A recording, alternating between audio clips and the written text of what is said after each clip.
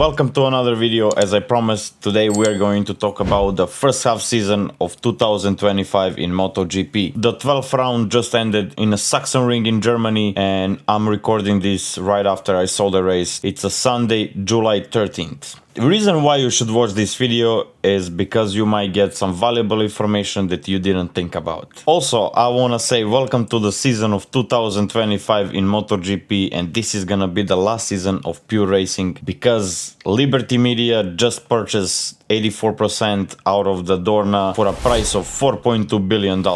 So we know what happened to the F1 10 years ago when Liberty Media purchased F1. Obviously, Liberty Media will make MotoGP safer for riders but less fun for us, for fans. We will definitely get less informations from the garages and we will get less informations about developing motorcycles. But let's start with the fun details about first half season. We just got last race in a Sachsenring in Germany. The race was chaotic. We had 8 crashes. We had DG crashing out of the second place. On the same turn 1, Marco Bezzecchi crashed just 3 laps after him. Joan Mir crashed in a collision with Ayo Agura. Salvadori crashed right after that. Pedro Costa crashed out of the 5th place in a 3rd lap, and Miguel Oliveira crashed just the lap before him. Marc Marquez won that race 7.3 seconds ahead of his brother, and the Pecco Bagnaia ended up on a 3rd place. This was an absolute dominance of the Marc Marquez 4 times in a row. So right now let's look at the rankings after the last race in the first half season. First, we have Marc Marquez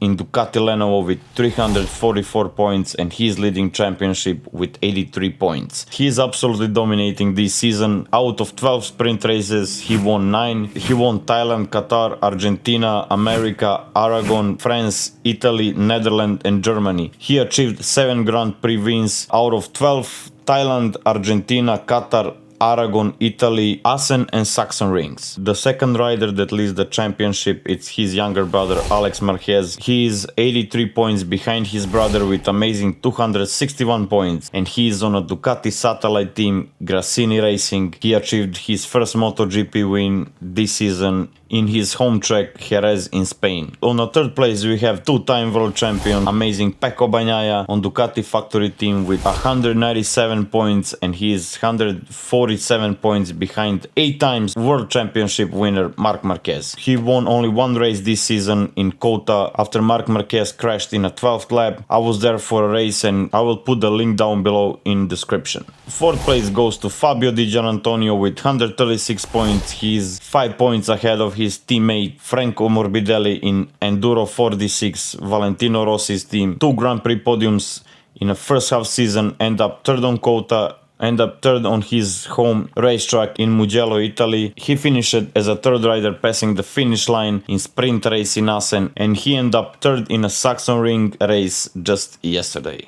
5th place, as I said, goes to Franco Morbidelli with 139 points, 2 podiums this season in Qatar sprint race, and he finished 2nd in Argentina in a main race. He finished 3rd after 1414 days without podiums, and he missed Germany Grand Prix due to the injuries. 6th place going to amazing Marco Bezzecchi on Aprilia RSGP with 130 points. He has won only 1 race in the first half season in Silverstone after Fabio Quartararo high ride device failed in a 12th lap. Marco Bezzecchi started as a 10th rider on the grid, able to make his way all the way up to the 1st place. He also ended up 2nd on the podium sprint race yesterday in a Sachsenring. Marco Bezzecchi is ripping that RSGP this season. He's doing his best and he's getting 100% out of that bike. 7th place goes to amazing Johan Zarco on Castrol Honda LCR team, and he has won 1 Grand Prix race in his homeland France, breaking Ducati 22 winning streak, and he marks first victory for a French rider winning in Le Mans since 1954. Isn't that amazing? He just got crashed in a Sachsenring out of the 7th place. 8th place goes to Pedro Costa, Spanish rider, 20 years old with 99 points. He's riding on KTM. A lot was expected from Pedro Costa, but KTM suffers big financial issues leading to potential bankruptcy, and I think that is what affected MotoGP program and affected Pedro Costa potentials. 9th place goes to the Rookie of the Year in my opinion, Fermin Aldiger, 20 years old from Spain, on Grassini Racing Ducati, and he got his first podium in Le Mans this year in Premier Class, which is absolutely amazing. Aldiger has 92 points this season so far, and he's a big talent. He's fast, he has his bike under control, he's confident, and he gives hard time to anyone tries to battle him on the racetrack. 10th place goes to one of my favorite riders on the grid right now, and that is Fabio Quartararo. He is very fast, very talented young man. He struggles with his Yamaha. He's a one-time world champion, but this season he didn't manage to get any victories. We saw 5 pole positions from him in Jerez, Le Mans, Silverstone, Assen, and the Germany Grand Prix this weekend. He finished third on a yesterday's sprint race podium. I think he is one of the fastest riders on the grid, but he needs better motorcycle. Few weeks ago he actually said that Yamaha have to do something with their MotoGP program or he will leave for another team, because as I said, he needs better motorcycle in order for him to get his second world title, and time goes by, you know, and I totally agree with him, and I wish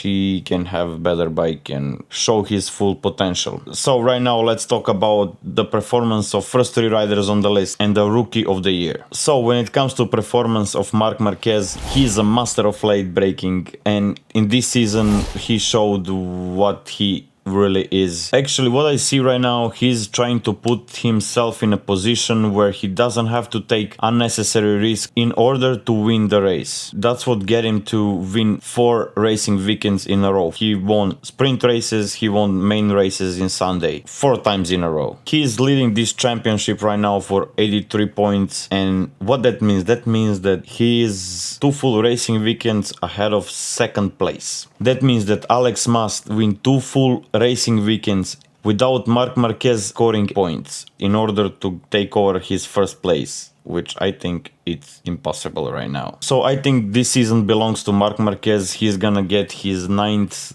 championship title, and that put him next to the legend of the sport Valentino Rossi with 9 wins across all categories and 7 wins in a Premier Class. Well, but in my opinion, Marc Marquez is the best rider that ever existed, and I'm gonna tell you why. So when he started to racing in a MotoGP, he was racing against the number of legends, the golden age of MotoGP. He was racing against Valentino Rossi, Jorge Lorenzo, Andrea Dovizioso, Dani Pedrosa, and he was beating all of them. He was consistently winning titles in that era. And right now, in this new era of racing with aerodynamics and electronics, he adapted so fast to these new rules and new ways of riding, and he managed to be the top rider in this era right now, and that's why he is the best ever in my opinion. Also, first time in 27 years we have 2 brothers leading championship, Alex and Marc Marquez. Many people think that Alex Marquez is he's taking easy on Marc, doesn't battle him the way that he should. This is Marc's chance to get his 9th championship title. I don't think that is the case. I think nobody right now can beat Marc Marquez. He's on fire, he's better than ever. I don't think anybody can get Marc right now. Alex finally shows his talent this season and his potentials. He's consistent, and Alex achieved 6 second places this season, and if there is no Marc Marquez in this season, Alex will lead championship. And he was unlucky to have his brother on a Ducati this year. When it comes to Pecco Bagnaia, struggles with his motorcycle is continuing, and he's just not getting used to Ducati 25. In my opinion, Pecco is very fast, very good rider, but as he mentioned like earlier this season, reason why Marc Marquez is that good is because Marc ride a tractor and still managed to win races, which is not case with Pecco. Pecco is having issues with front end of his motorcycle continuously, and that is what causing him to crash so much. That is why he cannot get his confidence back. The difference between Marc Marquez and other riders, including Pecco Bagnaia, is that Marc Marquez doesn't require motorcycle to adapt to him. He's adapting to the motorcycle and situations, and that's why he is who he is and where he is right now. For example, Pecco is fast, two-time world champion, but he needs that bike to be adapted to his riding style. For example, in previous 3 seasons, the process of developing motorcycle was focused on Pecco's data that he gave to the engineers to build the bike. Right now, when that is more focused on Marc Marquez, that bike doesn't fit Pecco Bagnaia, and that's why he cannot get his confidence back and he's losing his front constantly. And yeah, we already got Rookie of the Year in my opinion, and that is Alex teammating Rossini Racing, big and powerful Fermin Aldeguer, who showed that he can fight with the best riders in the premier class of MotoGP. I was impressed by the speed, control and confidence that this guy have.